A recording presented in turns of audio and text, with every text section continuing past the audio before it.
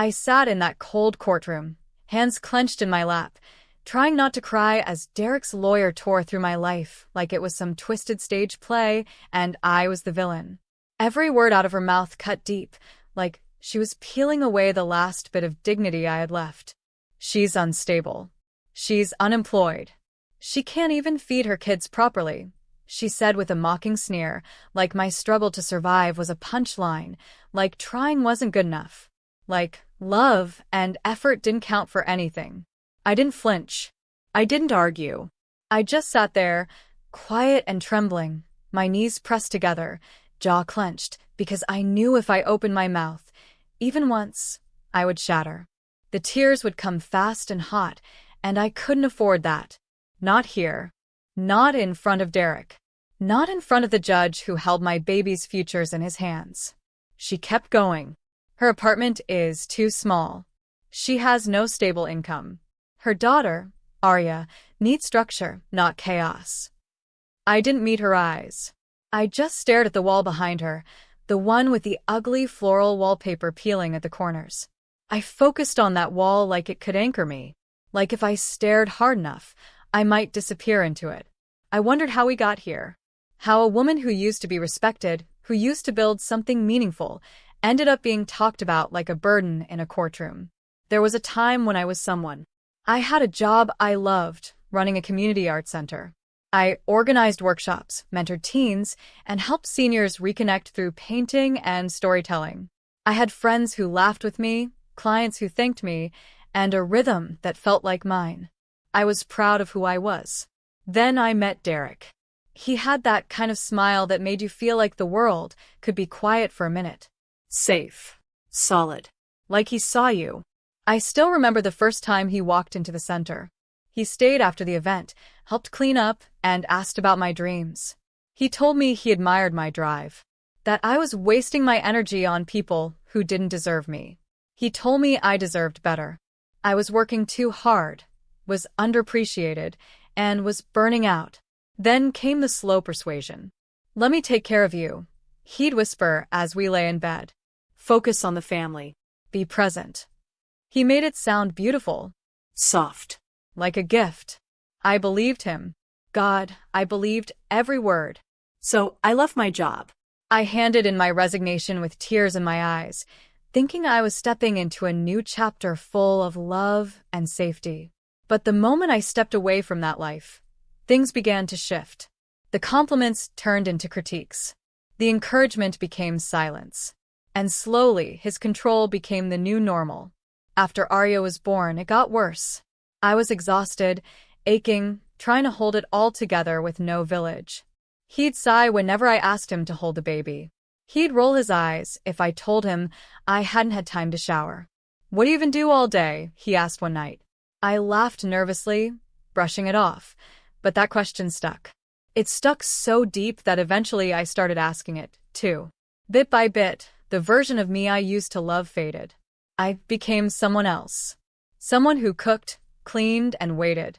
Someone who swallowed her voice, her opinions, her pain, just to keep the house from becoming a war zone. And now, here I was, watching a stranger pick apart my broken life like it was evidence of failure. I could feel the shame rising in my throat like bile. My hands were cold. My heart beat out a quiet panic against my ribs. I wanted to scream. I wanted to run. But I knew what happened when I spoke up. Derek would turn it into drama. The court would see me as emotional, irrational. So I did what I had trained myself to do. I stayed quiet, still, small. And then I heard a voice. Your Honor, can I say something? Everything froze. The judge blinked. Derek's lawyer paused mid-sentence. I turned my head slowly, thinking maybe I imagined it. But I hadn't. It was Luca, my son, just 7 years old, sitting there in the front row in his little navy sweater, feet barely touching the floor, clutching something in his hand. He looked so small, so heartbreakingly brave. The judge looked over, surprised but calm. You have something to share? He asked gently. Luca stood up. Yes, sir. I found this in Dad's safe, he said, holding out a folded piece of paper. Derek shifted in his chair. His mouth twitched, His shoulders stiffened. His lawyer looked alarmed. The bailiff walked over, took the paper from Luca, and handed it to the judge. I watched with wide eyes as the judge unfolded it and read in silence. I couldn't move. I couldn't even blink. My baby had gone into that man's safe. What had he seen? The judge's expression changed. His brows drew together. He looked up sharply. Where did you find this? Luca's voice didn't shake. In the office. Behind the boxes. I was looking for tape. I reached out and took his hand as he sat back down beside me. His little fingers gripped mine so tightly I could feel his pulse. I didn't look at Derek. I didn't need to. I could feel the tension radiating off him like heat.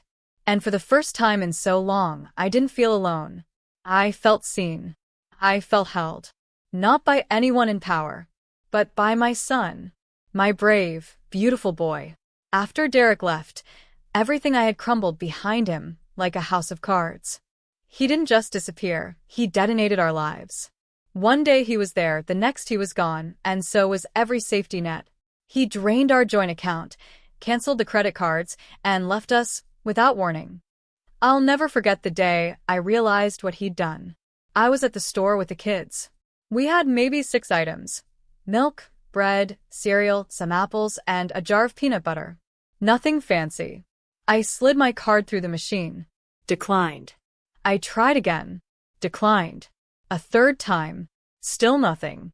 The cashier looked at me with that mix of pity and awkwardness, and I just nodded, scooped up the kids, and walked out. Arya was asking about juice. Luca quietly put his favorite snack back on the shelf.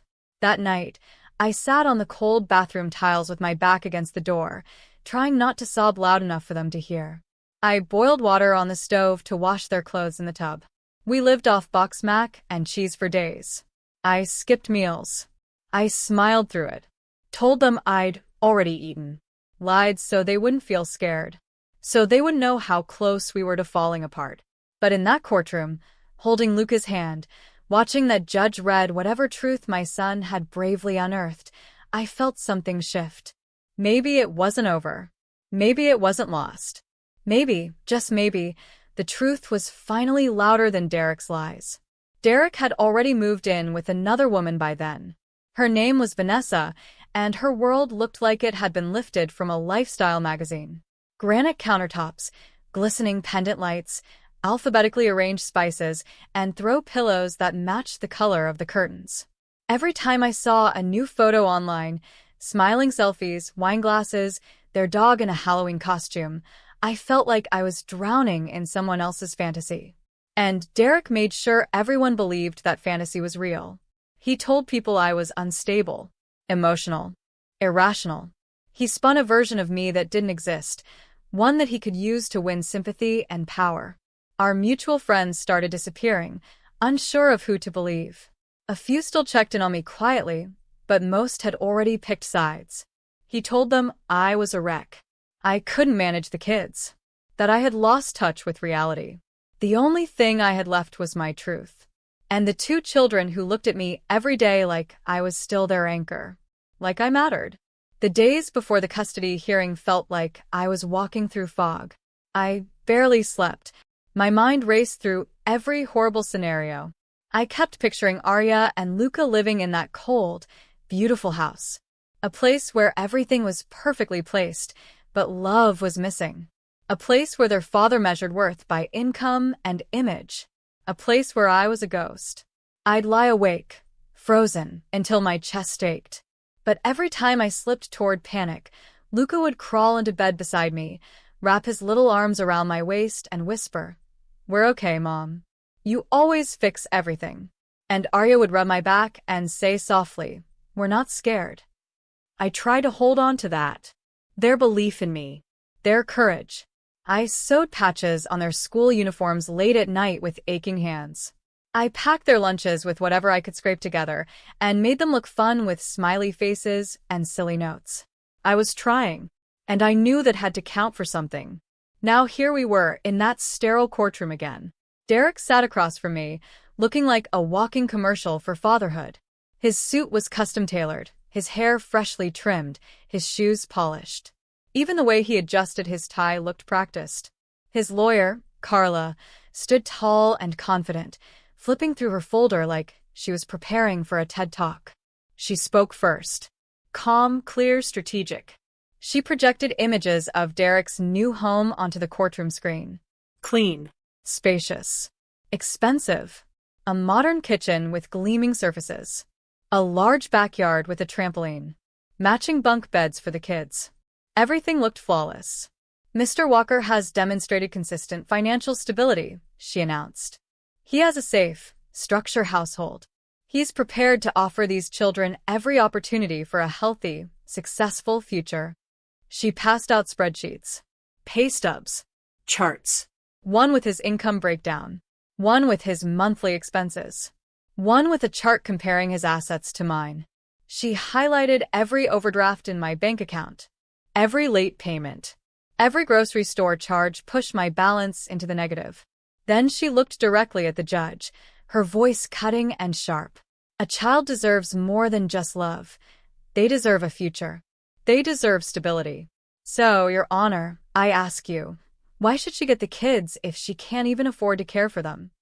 Her words hit like a slap. I wanted to respond. I wanted to stand and scream, because love is what makes a home. I wanted to tell them about how I once walked 3 miles to work in the rain because I couldn't afford a bus pass. How I stayed up until 3 a.m. hand-painting a storybook for Arya's birthday because we couldn't afford gifts that year. How I turned off the lights and burned candles to save on the electricity bill, calling it adventure night so the kids wouldn't feel the difference. But I said none of that. I just sat there, staring at my folded hands, swallowing everything. All the shame. All the pain. Because I knew, in a room like this, shouting wouldn't save me. It would only feed the story Derek had sold them. And then, just like before, Lucas stood up. The courtroom went still. He held the letter in his hand again, the one I thought had already been read. But this was something else. Another page, another truth. Your Honor, he said, voice steady but small. I think you should read this now. Carla looked irritated. Derek turned in his seat, visibly annoyed. But the judge gestured to the bailiff, who walked over and took the letter from Luca's hand. The judge unfolded it carefully and began to read. The silence was deafening. The second hand on the wall clock ticked loudly in the stillness. As the judge's eyes scanned the paper, his face changed. His brow tightened. His lips pressed together. And when he looked up, something in his gaze had shifted. Mr. Walker, the judge said, his voice low and deliberate, would you like to explain this? Derek sat up straighter. I'm not sure what that is. The judge lifted the paper slightly. It appears to be a detailed memo, written by you to your financial advisor, outlining a strategy to close joint accounts, redirect funds, and compile false documentation to discredit your wife, all before you filed for divorce. Gasps echoed around the room. Carla leaned forward, her mouth slightly open. Derek reached for the table like it might help him stay upright. His polished mask was slipping. The confidence, the performance, it was crumbling. This is private, he said finally, his voice shaky. This wasn't meant to be. Exactly, the judge interrupted. And yet here it is, brought forth by your son, whose honesty and courage far outshine the deception described in this memo. I sat frozen. My mind couldn't process it. I felt Arya's small hand wrap around mine, and when I looked down, Luca was watching me, his jaw tight. He didn't smile. He just nodded once. Like he knew. The judge turned back to Derek. You presented yourself as transparent. But this letter tells a very different story. Carla opened her mouth to respond, but whatever script she had prepared no longer fit the moment. She looked down, flipping papers that she didn't know how to use now. Then the judge straightened in his chair and spoke with finality. Effective immediately, Mr. Walker's parenting time is suspended until a full financial and psychological evaluation is completed. Temporary custody is granted to the mother. It felt like the air returned to my lungs for the first time in months. I didn't jump or cry or collapse. I just sat there, stunned, while the weight I had carried alone for so long started to shift. Derek sat motionless. His carefully curated image had cracked wide open in front of everyone. The perfect father. The stable provider. The reasonable ex-husband. All of it undone by a letter. By a child's bravery. Carla closed her folder. Her once confident stance had softened. Her spreadsheets, her charts, her PowerPoint, they suddenly looked ridiculous. And for the first time since Derek left, I felt something stronger than fear. Stronger than pain. I felt hope. Real, stubborn, rising hope. And it didn't come from a lawyer, or a paycheck, or a polished kitchen. It came from the small hand still wrapped around mine. From the quiet, steady voice that dared to speak when I couldn't. From the truth. And we still had a long road ahead. But for once, it didn't feel like I was walking it alone. Outside the courtroom, as the cool air touched my skin, it felt like I was breathing for the first time in weeks. Maybe months. I tightened my grip on Luca's hand. His small fingers nestled in mine, but I could feel how tense he was. His brave expression from inside the courtroom had faded, and now there was only worry in his eyes. "Did I do something wrong?" he asked softly, his voice barely above a whisper. I stopped walking, crouched down so we were face to face, and placed both hands on his cheeks. I could see the uncertainty swimming behind his lashes, the kind of doubt no 7-year-old should ever carry. "No, sweetheart," I said, locking eyes with him. "You did something incredibly brave. You told the truth. And you saved us." He blinked back tears, nodded once, but his lips quivered. I didn't let go. I pulled him into my arms and held him tightly. I felt Arya press into my coat from behind, wrapping her arms around my waist, silent and wide-eyed. I kissed both their heads and whispered, "We're okay now." And for the first time in so long, I believed it. The days that followed were a blur of cautious hope. I moved through each moment carefully, like I was afraid the peace would break if I breathed too deeply. Then came the call from a court-appointed investigator. Her name was Denise, and she had the kind of presence that made you sit up straighter without feeling scared. She was sharp and methodical, but there was a calm in her voice I hadn't heard in a long time.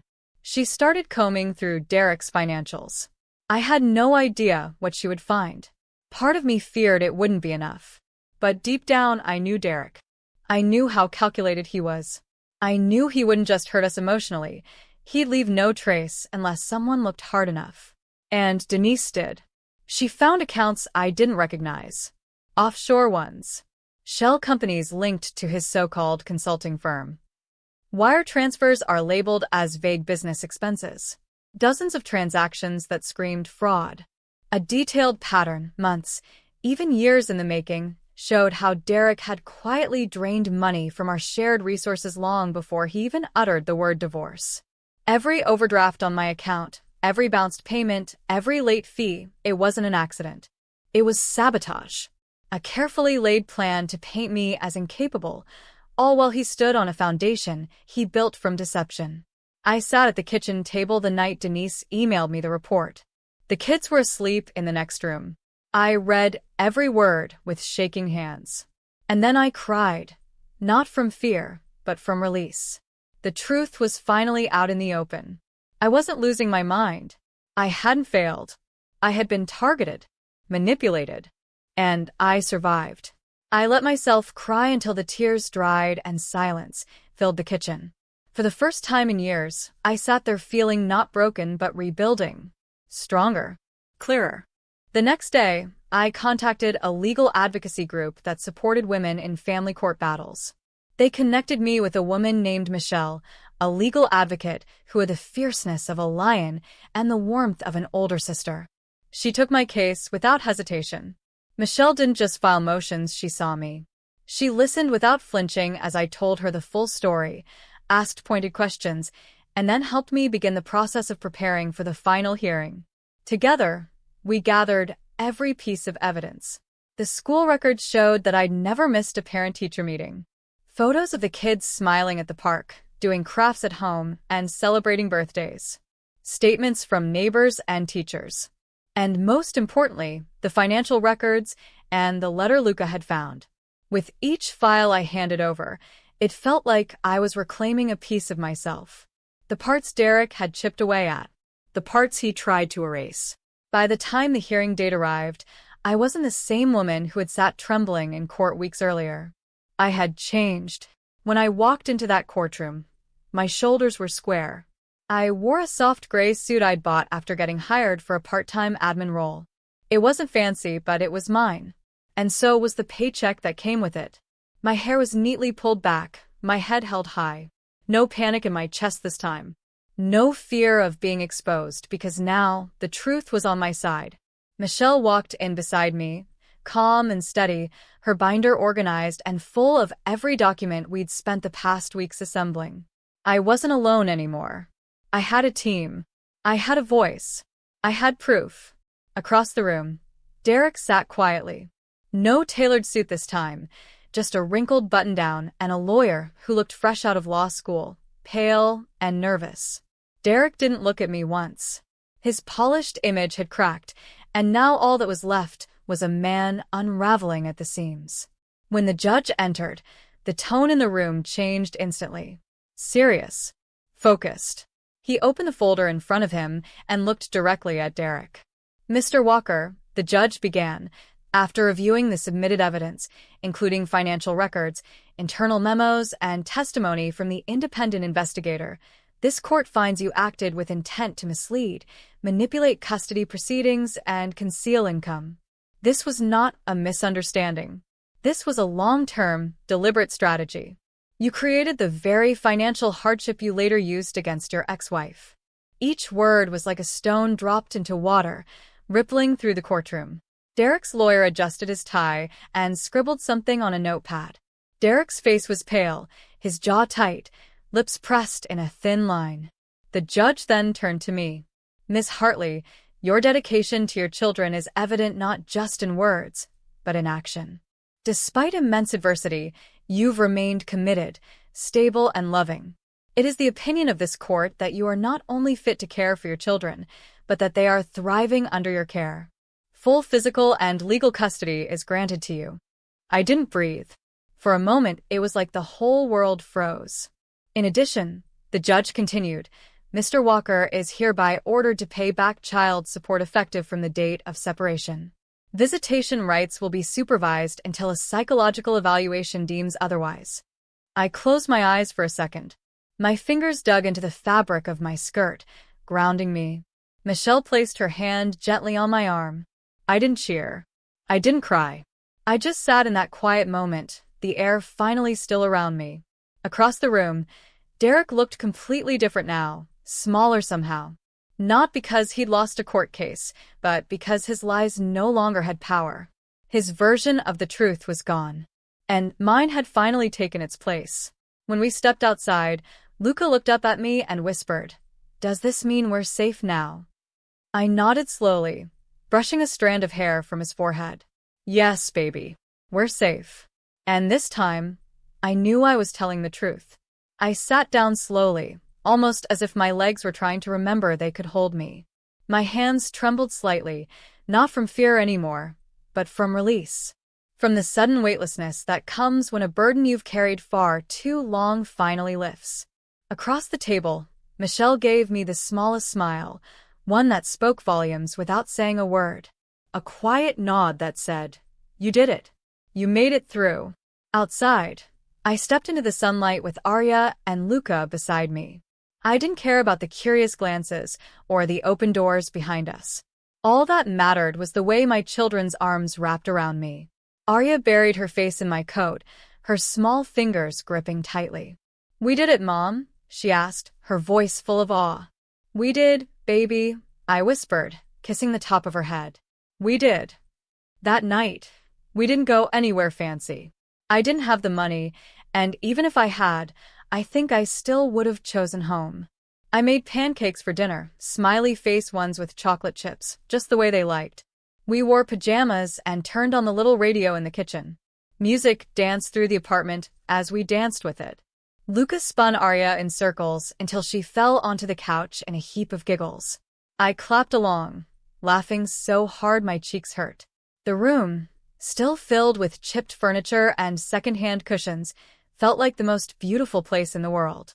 After they fell asleep, I went to tidy up and found a piece of paper taped to the fridge. A drawing. Crayon colors spread across the page, with 3 stick figures holding hands inside a tiny house. Luca had labeled it in his careful, crooked handwriting. Home is where Mom is. I touched the corner of the page, my throat tightening. For the first time in forever, I believed it. 6 months later, life still wasn't perfect, but it was real. And it was ours. Mornings were still wild with forgotten homework and uneven ponytails. Bills were still a puzzle I had to fit together every month. But there was no shouting behind locked doors. No footsteps that made my stomach drop. The air in our apartment was lighter. The silence, when it came, wasn't cold anymore. It was peaceful. Derek didn't disappear right away. For a while, he tried to claw back some control.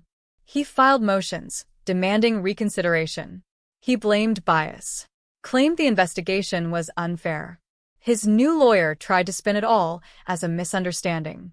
But every motion fizzled out before it could spark. The paper trail we'd uncovered was too damning. The truth, once out, refused to be hidden again. After the 3rd failed motion, he stopped trying. The threatening emails stopped. The voicemails, with their sharp edge of blame, went silent. He didn't knock at our door again. It was like he had vanished into the very shadow he tried to drag me into. And that absence felt like breath, like safety.